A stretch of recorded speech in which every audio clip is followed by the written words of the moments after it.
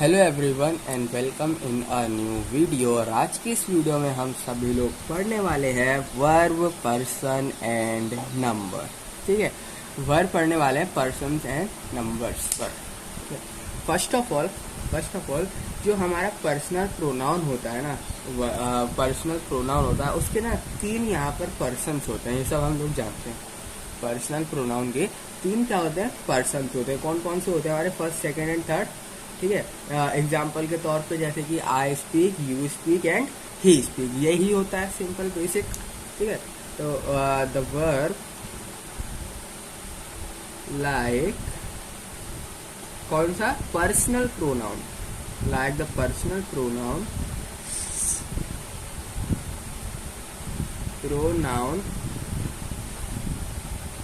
Has three persons. ठीक है, personal pronoun पे तीन पर्सन्स यहाँ पर होते हैं। फर्स्ट कौन कौन से अगर नाम पूछ ले तो सिंपली फर्स्ट, सेकंड, थर्ड बोला जाता है और नहीं। ठीक है, इन डिफरेंस देखो, डिफरेंस क्या होता है। ठीक है, यहाँ लिख देता हूँ first person, second person, third person. ठीक है, तीन तरह के आपके जो है यहाँ पर क्लासिफाई कर दिए जाते हैं वर्ब को। ठीक है, तीन तरह में यहाँ पर क्या कर दिया जाता है? क्लासिफाई कर दिया जाता है। कौन कौन से? जैसे कि अगर मैं एग्जांपल से बताऊं तो सिंपली आई स्पीक हो गया। ठीक है, ये हो गया हमारा एग्जांपल फर्स्ट पर्सन का। अगर मैं बोल दूं यू स्पीक, ये एग्जांपल हो गया सेकंड पर्सन का। और अगर मैं बोल दूं ही स्पीक, तो ये एग्जाम्पल होता है थर्ड पर्सन का, थर्ड पर्सन। ठीक है, तो आई होप आप सभी लोगों को समझ में आया होगा। पर्सनल प्रोनाउन है, सिंपली तीन पर्सन में यहाँ पर क्लासिफाई किया जाता है। And first, second, third person. And difference आप लोग यहाँ पर देख ही सकते हो। आई स्पीक यानी कि सिंपली फर्स्ट पर्सन में हम बोलते हैं, सिंपली जो आप बोलते हो।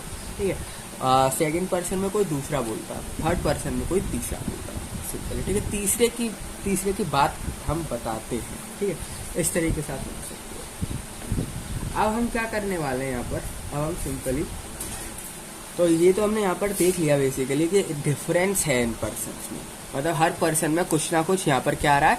डिफरेंस हमको देखने को मिल रहा है। हर पर्सन में कुछ ना कुछ यहाँ पर डिफरेंस देखने को हमको मिल रहा है। यही सारे डिफरेंस जब एक सिंपली इन्हीं सारे डिफरेंस जब सब्जेक्टेड हो जाते हैं सिंपली। ठीक है, मतलब इन्हीं डिफरेंसेस को जब हम एक जगह इकट्ठा कर लेते हैं, सब्जेक्टेड कर देते हैं, एक जगह इकट्ठा करते हैं सिंपली, तो ये तीन सिंपली इनको हम क्या कहते हैं? सिंगुलर नंबर बोला जाता है बेसिकली। जो डिफरेंस क्रिएट होते हैं ना, इसी को हम सिंपली सिंगुलर नंबर बोलते हैं। ठीक है, जो भी आपका डिफरेंस फॉर्म होता है ना पर्सन में, simply first person, second person, third person, इनमें जो भी ये डिफरेंस है, जो भी डिफरेंस आपका यहाँ पर फॉर्म होता है सिंपली, उसको हम यहाँ पर सिंगुलर नंबर बोलते हैं। उसको हम यहाँ पर क्या बोलते हैं? सिंगुलर नंबर बोला जाता है। ठीक है, तो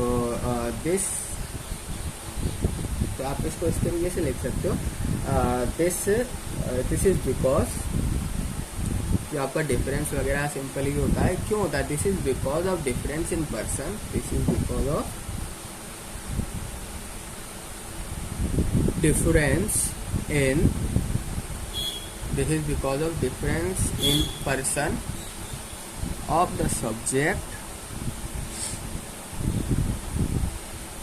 मतलब जो भी गिवन है आपके पास सिंपली, उसमें जो पर्सन में डिफरेंस होता है, अगर वो तीनों डिफरेंस, सिंपली ये तीनों डिफरेंस एक जगह, मतलब सिंपली इन तीनों डिफरेंस को हम सिंगुलर नंबर बोलते हैं। As all three are subjected of singular number, as all three are subjected या फिर subjects of the singular number, singular number. ठीक है, क्या कहते हैं ना, सिंपली सिंगुलर नंबर के कैटेगरी में आते हैं ये वाले डिफरेंसेस। बात यहाँ पर हो जाती है खत्म।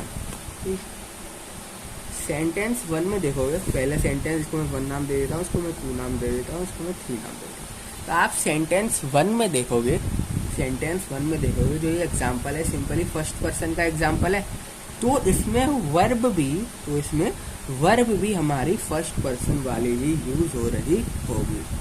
तो जो वर्ब होगी ना यहाँ पर वो भी फर्स्ट पर्सन ही होगी। बात आई होप आप सभी लोगों को यहाँ पर समझ में आ गई होगी। सेंटेंस नंबर 1 में एग्जाम्पल में आप देखोगे तो ये एग्जाम्पल सिंपली फर्स्ट पर्सन का है, एग्जाम्पल पूरा का पूरा फर्स्ट पर्सन का, पर जो भी फर्स्ट पर्सन के एग्जाम्पल में वर्ब यूज करी गई होगी, जो भी वर्ब को हम यहाँ पर यूज करेंगे वो वर्ब भी एग्जाम्पल होगी फर्स्ट पर्सन की। यहाँ ये चीज़ आपको यहाँ पर क्लियर होनी चाहिए। अगर वो सेकंड सिंपली एग्जाम्पल किसकी होगी, फर्स्ट पर्सन की, इसी तरीके से सेकंड पर्सन का सेकंड पर्सन, ठीक है। ये चीज़ यहाँ पर नोट करके आप लोग जरूर से लिख लेना कि इन सेंटेंस 1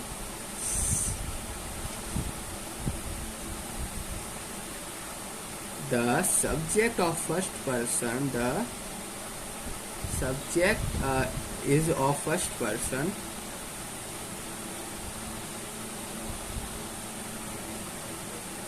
therefore जो वर्ब होगी वो भी आपकी फर्स्ट पर्सन ही होगी। therefore verb is also the first person,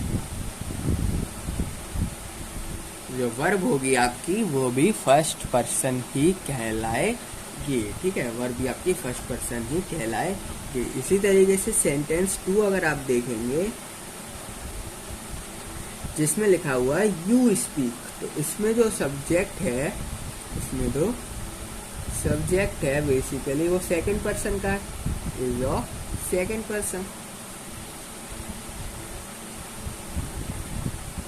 तो इसलिए इसकी जो वर्ब होगी वो भी सेकंड पर्सन की होगी। जो वर्ब होगा वो भी कौन सी होगी, वर्ब अब आपकी सेकंड पर्सन।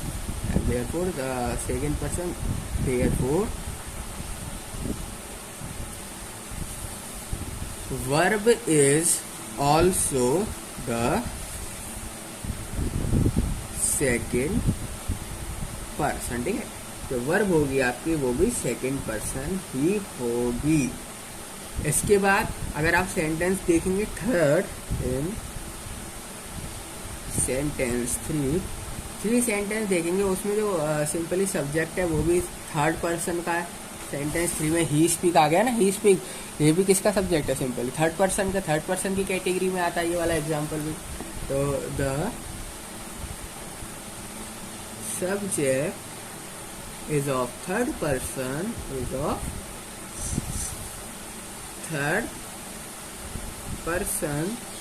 therefore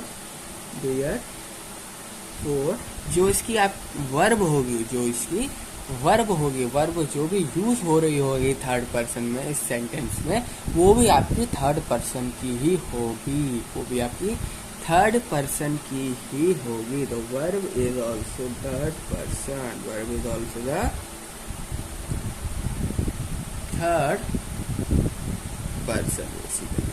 तो आपकी जो वर्ब होगी वो भी कौन से पर्सन की होगी, सिंपली थर्ड पर्सन की वर्ब यूज होगी। तो आपने एक चीज यहाँ पर देखी, एक चीज आपने नोटिस करी होगी कि चाहे सेंटेंस फर्स्ट हो, ठीक है, फर्स्ट हो, सेकंड हो, थर्ड हो, वर्ब आपकी जो है सेम रहती है, वर्ब आपकी सेम रहती है, वर्ब पर्सन के सेम रहती है। सिंपली अगर सेंटेंस जो है वो आपका फर्स्ट पर्सन का है तो वर्ब भी आपकी फर्स्ट पर्सन की रहेगी। सेंटेंस आपका सेकंड पर्सन का है तो सिंपली वर्ब भी आपकी सेकंड पर्सन की रहेगी, ठीक है। तो वर्ब जो होती है वो simply same to same person पे होती है, ठीक है। जैसा जिस हिसाब का आपका सेंटेंस होगा उसी हिसाब की आपकी वर्ब जो है वो होगी। तो वी सी दैट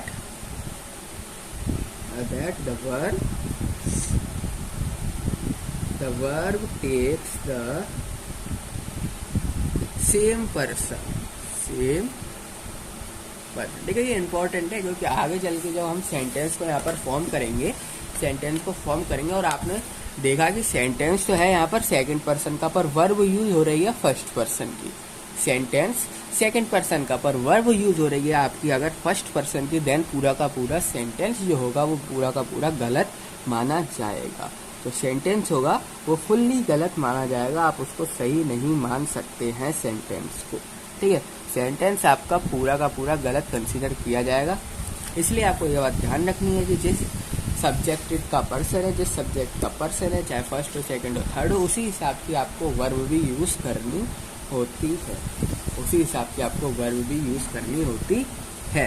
तो same person as it subjected, और that the verb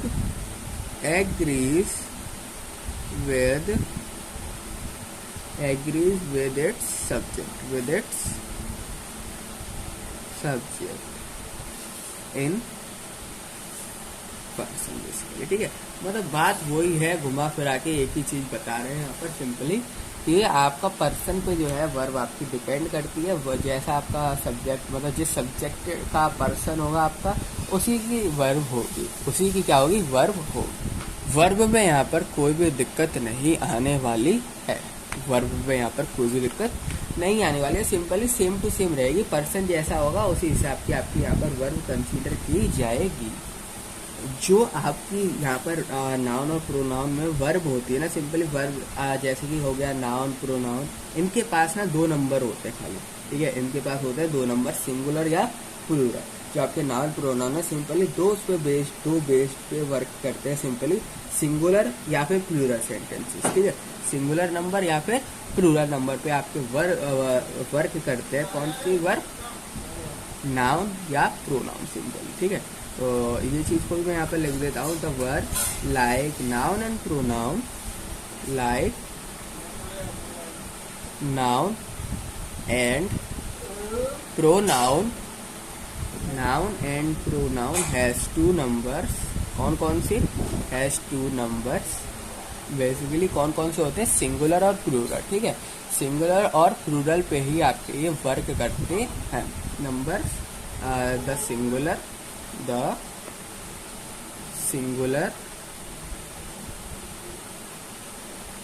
and the plural, ठीक है।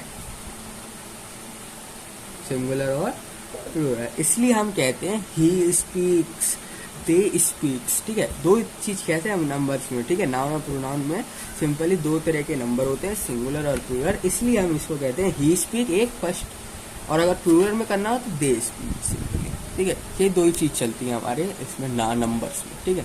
नंबर्स में खाली यही 2 चीज चलती है। एक क्या first of all he speaks, अगर आपको इस सिंगुलर में लेना है तो सिंपली, और अगर प्लूरल में बनाना है सिंपल तो आप लिखोगे they speaks, he speaks and they speaks. ये जाता है सिंगुलर को, ये जाता है प्लूरल को, ठीक है। सिंगुलर को जाता है ही वाला, जिसमें बात सिंगुलर की करी जा रही है एक की, एंड दे स्पीक जाता है प्लूरल, ठीक है। दे स्पीक जाता है प्लूरल। और ये जो डिफरेंस यहाँ पर क्रिएट होता है ना, ये जो डिफरेंस यहाँ पर बेसिकली आप देख रहे हो क्रिएट हो रहा है, ये डिफरेंस इसलिए क्रिएट हो रहा है because of number of subject, मतलब सब्जेक्ट ज़्यादा होते हैं सिंपली, इसलिए डिफरेंस क्रिएट हो जाता है। और मैं बार बार सब्जेक्ट बोला, सब्जेक्ट का मेरा मतलब है सिंपली पर्सन से, ठीक है। सब्जेक्ट से मेरा क्या मतलब है, person, first second third, simply person में बार बार नहीं बोला, उसकी जगह मैं क्या बोल रहा हूँ, सब्जेक्ट बोल रहा हूँ, ठीक है। तो ये डिफरेंस क्रिएट होता है ना बेसिकली, ये होता है खाली सब्जेक्ट्स की वजह से, क्योंकि ये बहुत सारे होते हैं, ठीक है। फर्स्ट सेकंड थर्ड, इसलिए यहाँ पर क्या डिफरेंस मेरे को देखने को मिलता है। अगर एक ही होता तो कोई डिफरेंस ही नहीं था, एक ही होता तो कोई डिफरेंस ही नहीं होता, ही स्पीक ही रह जाता। फर्स्ट होता तो खाली, सेकंड होता तो यू स्पीक, और थर्ड होता तो ही स्पीक रह जाता, ठीक है। मतलब डिफरेंस इसलिए आ रहा है यहाँ पर, अलग अलग इसलिए फॉर्म हो रहे हैं because of number of subject चूँकि बहुत सारे हैं, इसलिए यहाँ पर डिफरेंस देखने को हमको मिल रहा है। तो this is because of the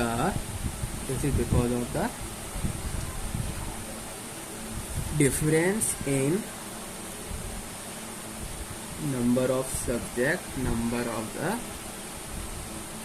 subject, this is because number of subject, ठीक है। और क्योंकि हम जानते हैं सिंपली के जो आप ये दोनों सब्जेक्ट हैं बेसिकली ये थर्ड पर्सन के हैं। ये जो सब्जेक्ट आप दोनों देखोगे सिंपली ये किसके हैं, थर्ड पर्सन के यहाँ पर हैं। एंड जिसकी वजह से सिंपली यहाँ पर क्रिएट हो रहा है, डिफरेंस क्रिएट हो रहा है। वो चीज़ यहाँ पर बताने की ज़रूरत नहीं है। बेसिकली आपको बस ये याद रखना है, डिफरेंस क्रिएट हो रहा है इसलिए because of number of subject, क्योंकि सब्जेक्ट बहुत सारे। जैसे कि आप अगर सेंटेंस 1 में देखोगे जिसमें मैंने लिखा था आई स्पीक, सेंटेंस 1 है जिसमें मैंने लिखा था आई स्पीक, तो उसमें आप देखोगे तो जो सब्जेक्ट है वो आपका सिंगुलर है। सब्जेक्ट है जो बिल्कुल क्या है, सिंगुलर। आई यूज कर रहा हूँ मैं यहाँ पर, तो जो सब्जेक्ट है यहाँ पर वो क्या है, सिंगुलर है। आप सेंटेंस 2 में देखोगे तो यू स्पीक कर रहा हूँ, अब 2 लोग आ गए, ठीक है। पहला तो 1 नंबर था, अब आ गए 2 नंबर, तो सिंपली ये हमारा हो गया प्लूरल की कैटेगरी। ये किसकी कैटेगरी में आ गया, प्लूरल की कैटेगरी में आ गया।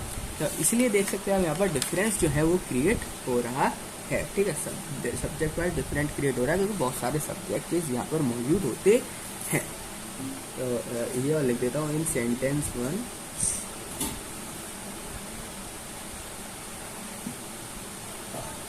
The subject is singular, the subject is singular. Simply देख सकते हो फर्स्ट पर्सन है, फर्स्ट पर्सन में सिंगुलर 1 नंबर से, यानी कि फर्स्ट पर्सन यानी कि 1 नंबर मतलब कि सिंगुलर, ठीक है, singular. Therefore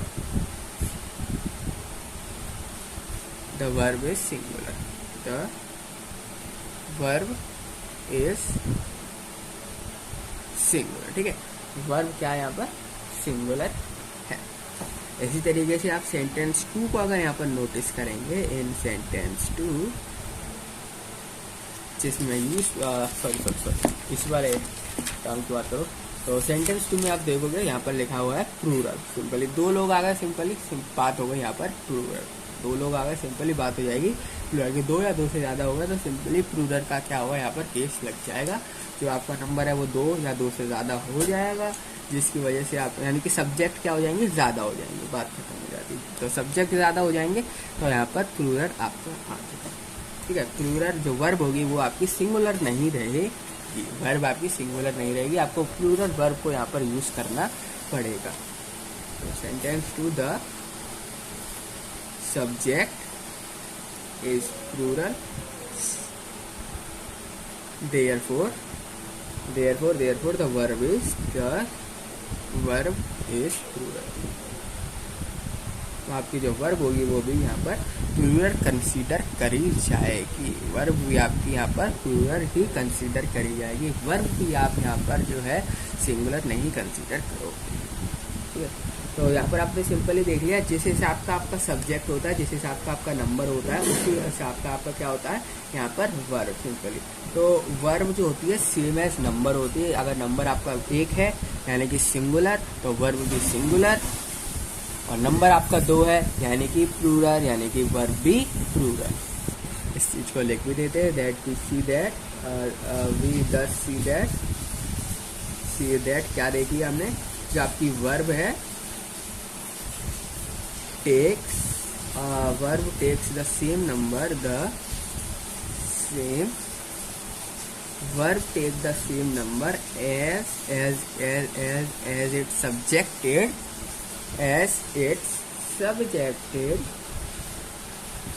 or that the verb agrees with its subject,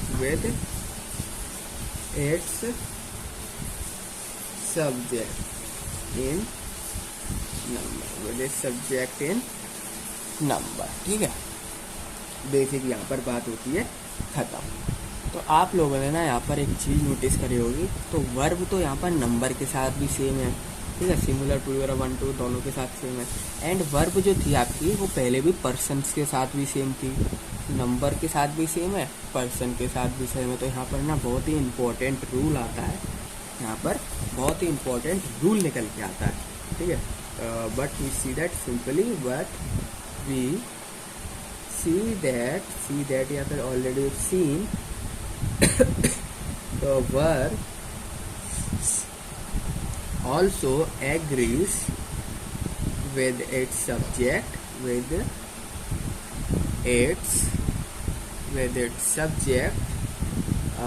in person, subject in person. तो हम क्या एक इम्पोर्टेंट रूल निकल के आता है, thus hence we have important rule, IMPORTANT, important rule. कौन सा इम्पोर्टेंट रूल? ये है इम्पोर्टेंट रूल कि आपकी वर्ब जो है जब आप नंबर के साथ साथ पर्सन के साथ भी सेम होनी चाहिए सेंटेंस के अंदर, ठीक है। जो आपकी वर्ब है must agree with its subject in number and person, ये इंपॉर्टेंट चीज़ है जो आपको यहाँ पर याद रखनी है। इस चीज़ को आपको यहाँ पर ध्यान रखना है और इस वीडियो को इतना ही। मिलते हैं आप सभी लोगों से नेक्स्ट वीडियो में। इसके बाद क्या है, एक और एग्जांपल हम देखते हैं, जैसे कि The managers refused to give her salary तो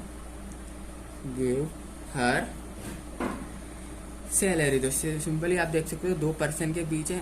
देखो आप 10 सेकंड लो और सोच के बताओ इस वाले वर्ड में हमारे पास क्या, मतलब इस वाले सेंटेंस में हमारे पास वर्ब क्या है।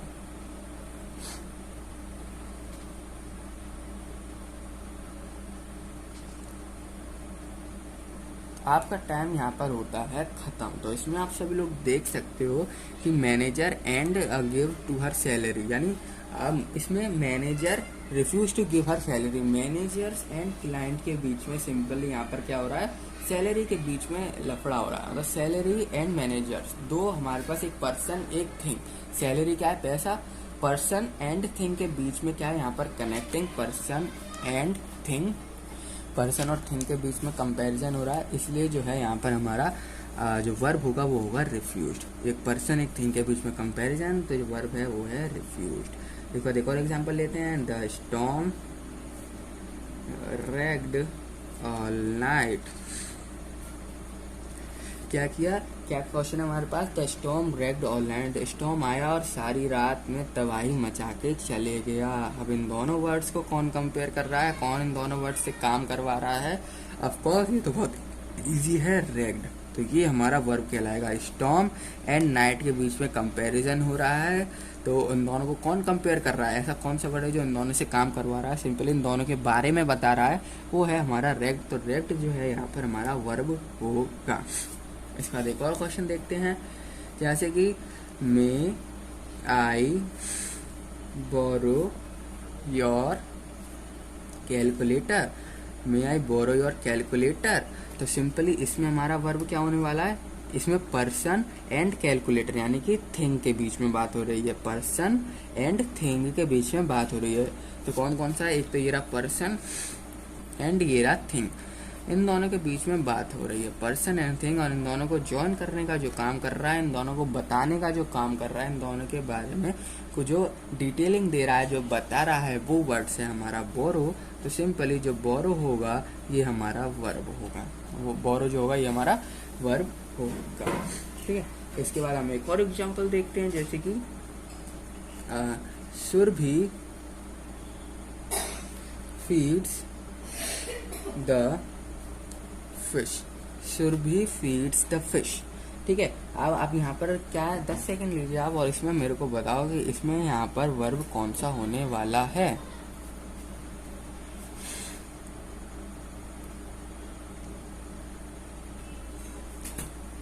तो ऑफकोर्स की बात है, आप सभी लोगों ने बता दिया होगा, जो सुरभि फीड्स द फिश में जो फीड्स है यहाँ पर ये वर्ब है, ये वर्ब है, क्योंकि ये किसी पर्सन एंड फिश के बीच में, यानी दोनों लिविंग थिंग, यानी दोनों एक पर्सन की कैटेगरी में आएंगे, तो सिंपली दोनों को एक कंपेयर कर रहा है, ठीक है। तो यहाँ पर जो हमारा फीड्स होगा ये हमारा वर्ब कहलाएगा।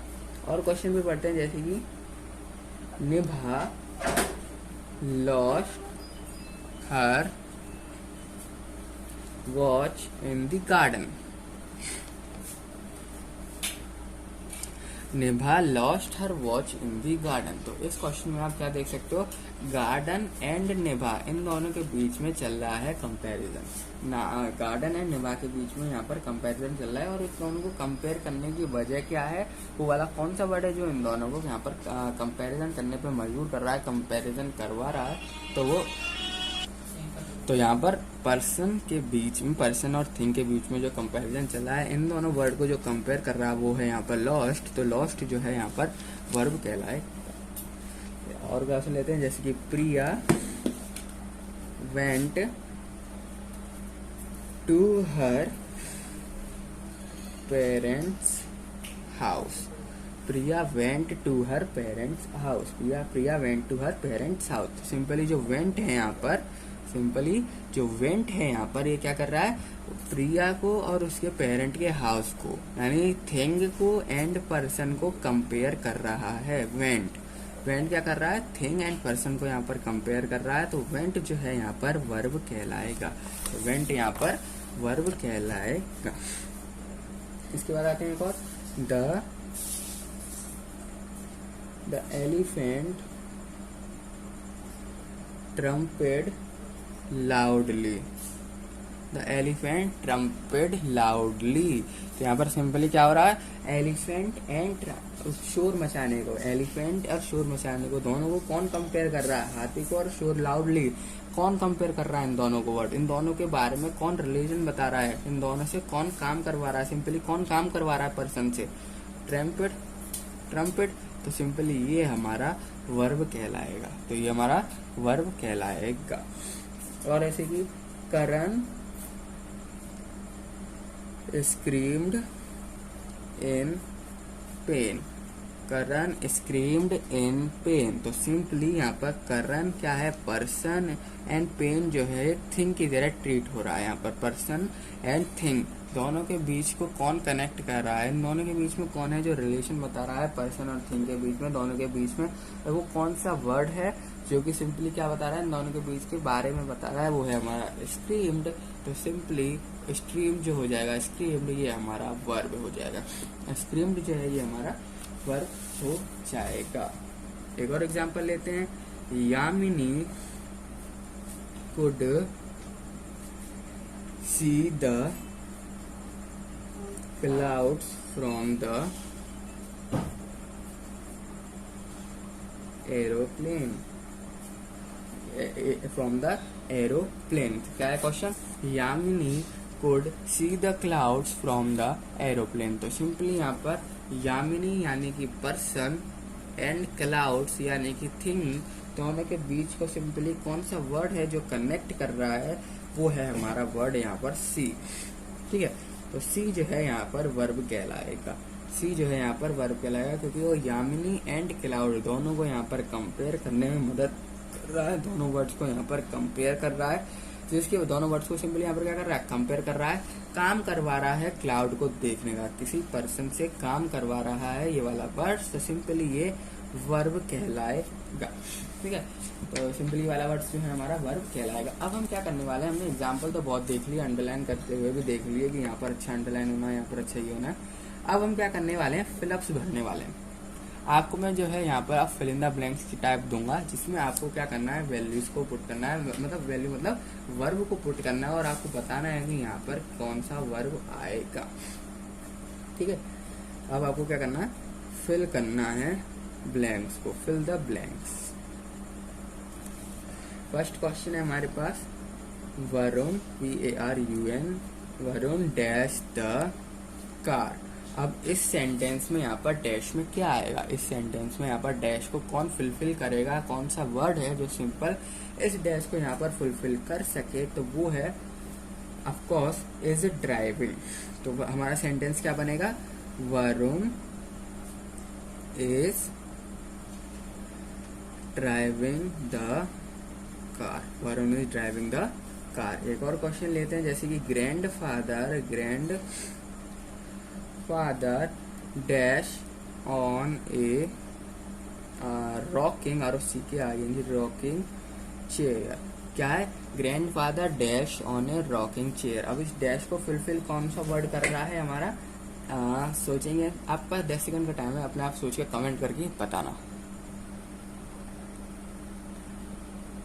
तो जो हमारा वर्ड है जो इसको इस सेंटेंस को फुलफिल करेगा, जो इन दोनों के बीच के वर्ड्स, जो दोनों वर्ड्स हैं रॉकिंग चेयर एंड ग्रैंडफादर के बीच में कनेक्शन बिठाएगा, वो वर्ड है हमारा is sitting.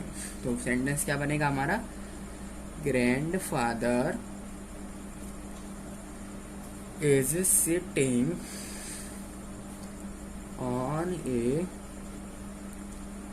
Rocking chair. Grandfather is sitting on A rocking chair.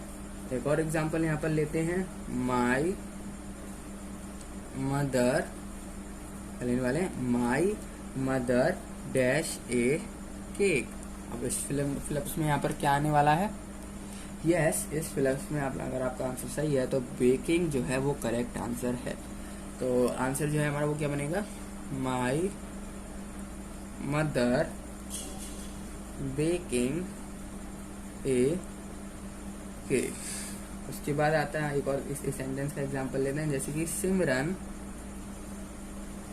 Dash for a long walk. तो क्या लिखा है, Simran dash for a long walk. अब यहाँ पर क्या आ सकता है, लॉन्ग वॉक के लिए जा रहा है, ये है सिमरन। तो सिंपली गोस जो वर्ड है वो यहाँ पर करेक्ट फिट बैठ रहा है, जो कि क्या है, पर्सन एंड थिंग के बीच में कनेक्शन बना रहा है। तो जो हमारा सेंटेंस बनेगा वो क्या बनेगा, Simran goes for a long walk. Simran goes for a long walk. और एग्जांपल देखते हैं फिलिप्स के, जैसे कि the aeroplane, the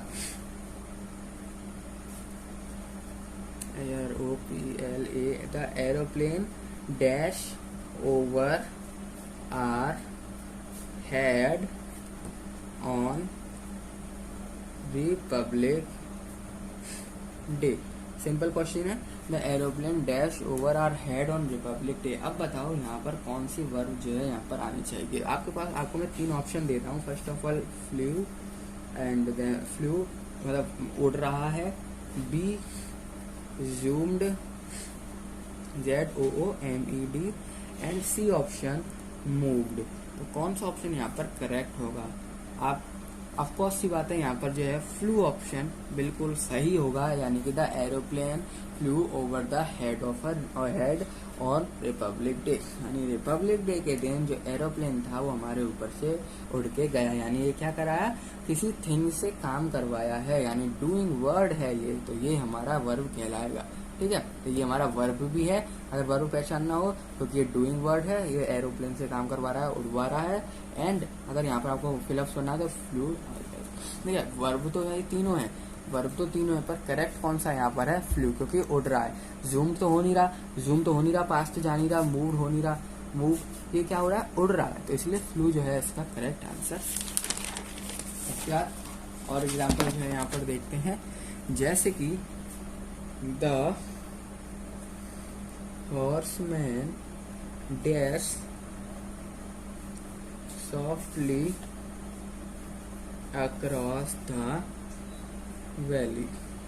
the horseman dash swiftly across the valley, यानी कि उसने क्या किया, स्विफ्टली अक्रॉस द वैली। अब यहाँ पर देखो आपके पास मैं ऑप्शन देता हूँ। सबसे पहले क्या है, रोड किया उसने, ठीक है, कहाँ, सबसे पहले उसने क्या किया, हॉर्समैन ने रोड किया आराम से वैली के अंदर, या फिर रोल्ड किया, रोटेट किया, या फिर गैल्ब्ड किया। तो सिंपली हॉर्समैन है तो और स्विफ्टली वर्ड आ रहा है, तो कहीं ना कहीं थोड़ा सॉफ्ट टोन बैठा रहा है। तो इन दोनों वर्ड जो हमारे वैली है, यानी दो, एक थिंग और एक पर्सन के बीच में जो यहाँ पर सिंपली कनेक्शन वर्ड बनना है, वो हमारा बनना है रोड। यानी सॉफ्टली, स्विफ्टली जो है वो हमारा जो हॉर्समैन है वो स्विफ्टली वैली के क्रॉस कर गया, वैली में पहुंच गया, वैली के अंदर पहुंच गया। तो सिंपल जो करेक्ट वर्ड होगा वो हमारा होगा रोड। इसके बाद आएगा एक और क्वेश्चन, देखते हैं, the sculpture dash beautiful status. The sculpture dash beautiful status. तो इसमें भी आपके पास मैं यहाँ पर ऑप्शन देता हूँ, स्कल्पचर है तो सिंपली यहाँ पर क्या है, कुछ कार्व्स करके आएगा, कुछ कार्व्स टाइप या फिर यानी कुछ मतलब simply carves type, caves type आएगा, ठीक है, क्रेव्स टाइप। तो फर्स्ट वर्ड तो हमारा यही है क्रेव, एंड बी जो है मेक, एंड सी जो है यहाँ पर इन्वेंट। तो मैंने आपको आंसर पहले ही बता दिया, स्ट्रक्चर वगैरह है और ब्यूटीफुल वगैरह यहाँ पर हमको दिख रहा है, तो कुछ कार्व्स वगैरह ही आएगा। तो option number A is correct. अगले क्वेश्चन पे आते हैं।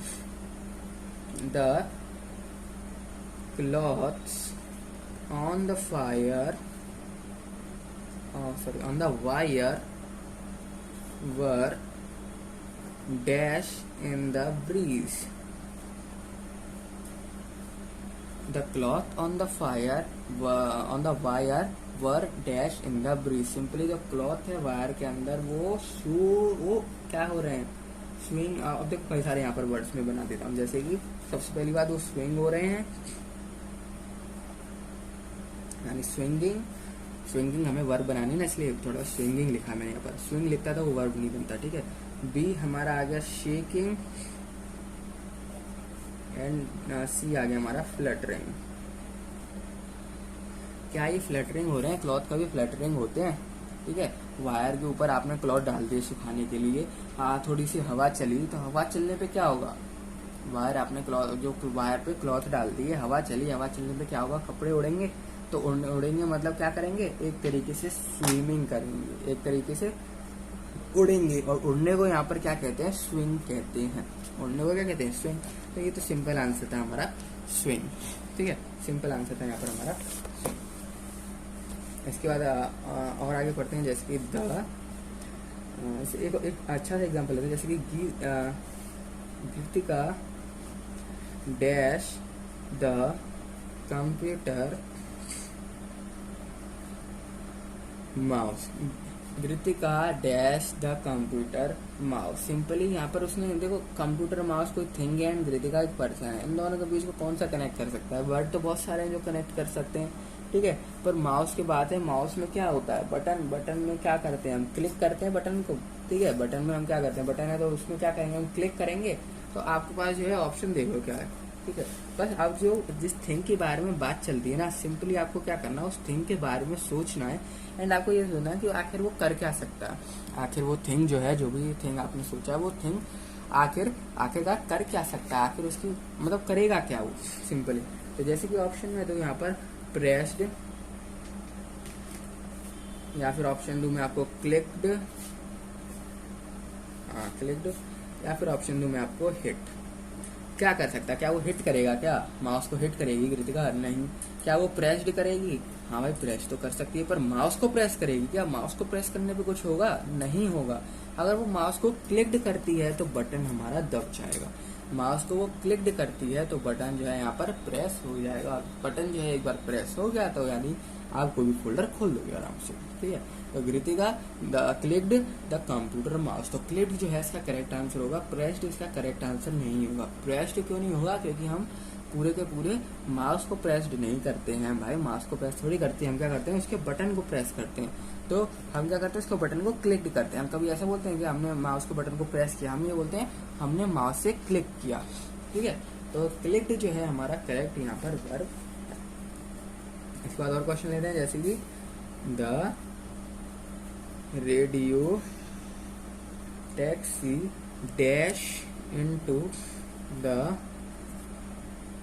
into the ramp when it was trying to over speed. The radio taxi dash into the ramp when it was trying to over speed. यानी क्या बोला है, the radio taxi dashed into the ramp, यानी ramp आई और radio taxi के साथ ऐसा क्या हुआ कि रैम्प पे क्या हो गया, ओवर स्पीड की वजह से रैम्प पे कुछ हो गया। क्या क्या हो सकता है रैम्प पे? देखो आप जा रहे हो, कार से स्पीड ब्रेकर आ रहा है, ठीक है। सिंपली क्या होगा, आप जैसे स्पीड ब्रेकर से टकराओगे तो क्या होगा, क्या क्या चीजें हो सकती है आपके पास, क्रैश हो जाएगी ना आपकी गाड़ी, टूट जाएगी, क्रैश हो जाएगी आपकी गाड़ी, ठीक है। तो ये तो मैं बिना ऑप्शन दिए ही पता चल गया, कि टैक्सी है, ओवर स्पीड है और रैंप वगैरह बात कर रहे हैं, यानी कि सिंपली एक्सीडेंट वगैरह की बात हो रही है। तो क्या होगा यहाँ पर, एक्सीडेंट से क्या होता है, गाड़ी टूटती है, गाड़ी टूटती है, तो simply crashed.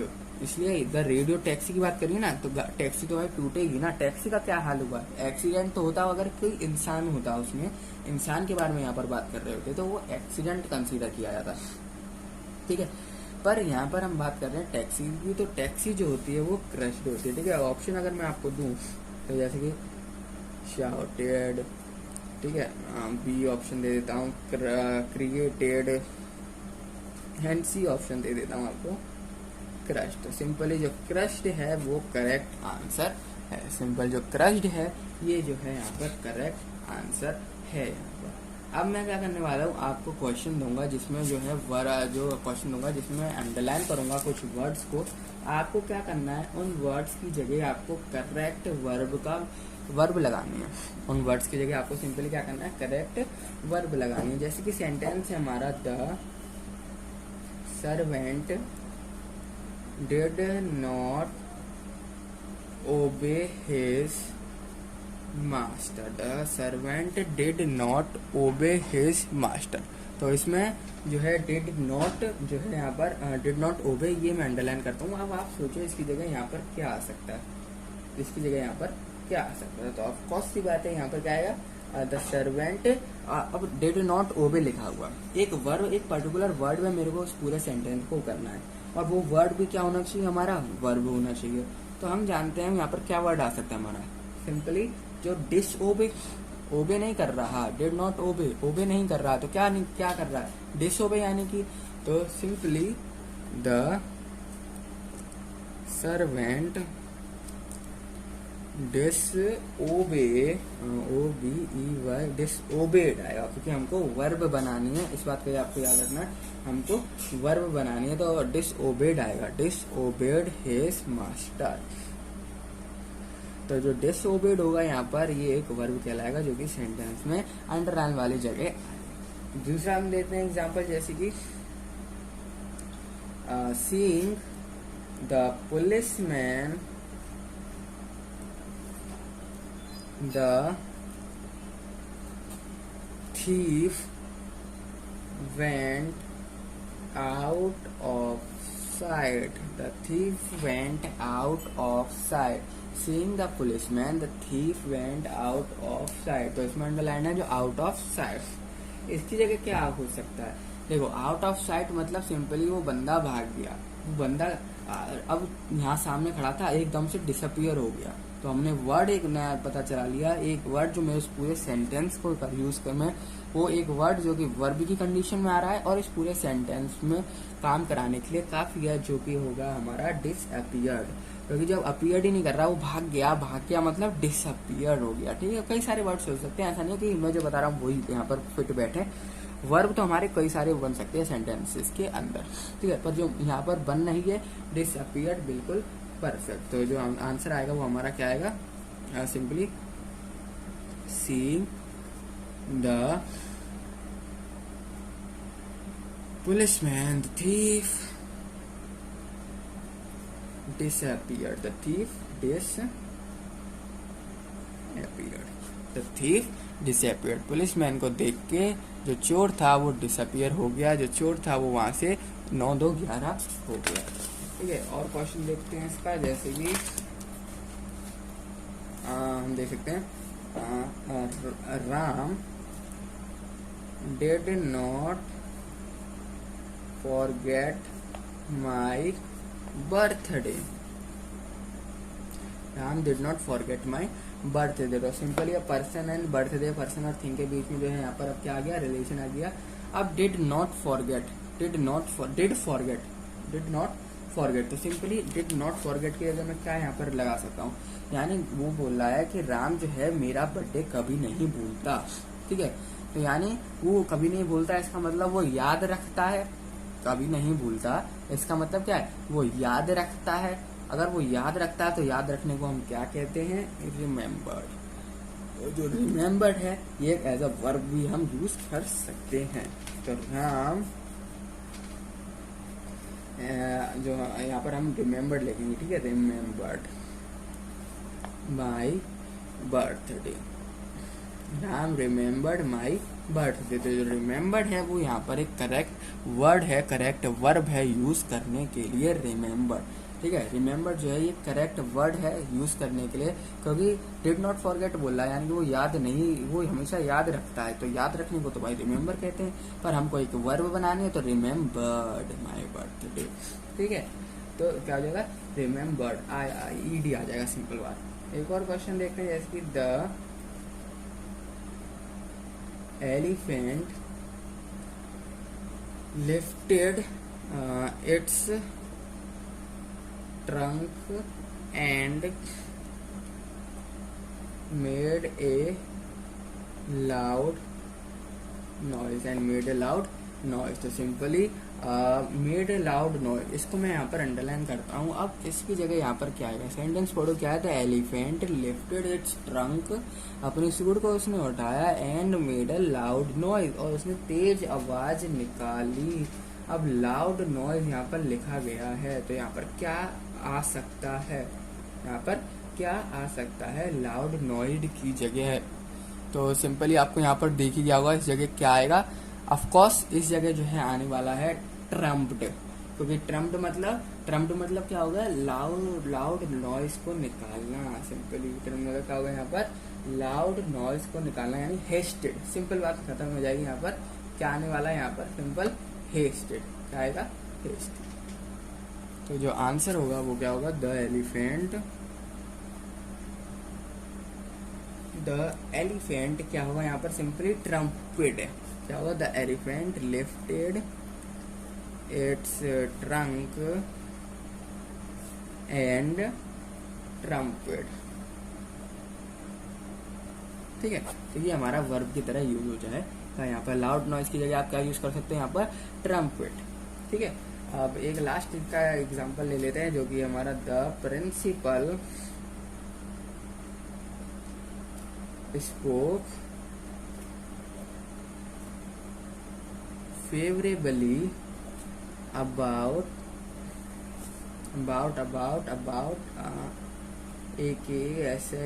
Akshay for higher studies। तो इसमें जो अंडरलाइन है वो करने वाला है यहाँ पर स्पोक फेवरेबली अबाउट, ये अंडरलाइन मैंने यहाँ पर कर दिया। क्वेश्चन हमारे पास, the principal spoked favourably about access for her higher studies. तो वो उसके फेवरेबल के उसके यानी कि सिंपली कहें तो उसकी मदद के लिए बोलते हैं, उसको बार बार ध्यान दिलाते हैं, मतलब उसको बार बार रिकमेंड करते हैं, देखो आप एक बार सेंटेंस को पढ़ोगे ना तो आपके दिमाग में अपने आप ही एक क्वेश्चन, जो अपने आप ही एक वर्ब फिट होने को लगेगी, कि हाँ भाई उसके फेवरेबल उसके लिए बात कर रहे हैं, उसकी भलाई के लिए, यानी हम उसके भलाई के लिए बात कर रहे हैं, यानी कि उसके रिकमेंडेड, हाँ इसको रिकमेंड कर रहे हैं, बात तो सही है, प्रिंसिपल सर तो रिकमेंड कर रहे हैं अक्षय को उसकी भलाई के लिए, भाई कि उसके फेवरेबल के लिए, ताकि वो मेहनत करे हायर स्टडीज के लिए। तो सिंपली यहाँ पर क्या आएगा, रिकमेंडेड, वो बार बार उसको रिकमेंड करते हैं। तो क्या आएगा हमारा, द प्रिंसिपल रिकमेंडेड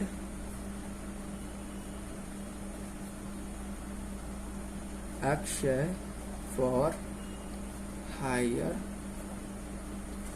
स्टडीज, वो बार बार उसको रिकमेंड करते हैं ताकि वो भाई हायर स्टडीज करे और अच्छी पढ़ाई करे और ज़्यादा पढ़ाई कर रहे हाई स्टडीज करने के लिए जाए, वो बार बार उसको रिकमेंड करते हैं, बार बार उसको सलाह देते हैं प्रिंसिपल कि अक्षय को प्रिंसिपल जो है अक्षय को बार बार सलाह देते हैं ताकि वो हायर स्टडीज करे, हाई नॉलेज गेन करे, ठीक है।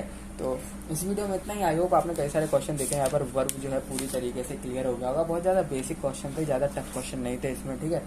तो इस वीडियो में इतना ही, मिलते हैं आप सभी लोगों से नेक्स्ट वीडियो में, एंड वीडियो को लाइक और चैनल को सब्सक्राइब करना बिल्कुल भी मत भूलना, ठीक है। और एक बार रिवाइज कर लेना, वर्ब को सिंपल वर्ब में ईडी लगाना है, आईएनजी लगाना है। सिंपली आपको ये बात ध्यान रखनी है इसके अंदर वर्ब को सेलेक्ट करने के लिए कि जो आप जो भी वर्ड को सिलेक्ट करें वो क्या बताए, किसी ना पर्सन या थिंग के बीच में रिलेशन बताए, उन दोनों के बीच में कुछ ना कुछ बताए, यानी कि वो डूइंग वर्ड होना चाहिए, यानी कि उन दोनों के बीच में जो भी काम हो रहा है उसको वो रिप्रेजेंट कर सके, वो वाला वर्ड जो भी आप सिलेक्ट करें उसको हम यहाँ पर वर्ब कहते हैं। वर्ब के कई सारे एग्जाम्पल आपको बताए दिए। आई होप आपको वर्ब क्लियर हो गया होगा।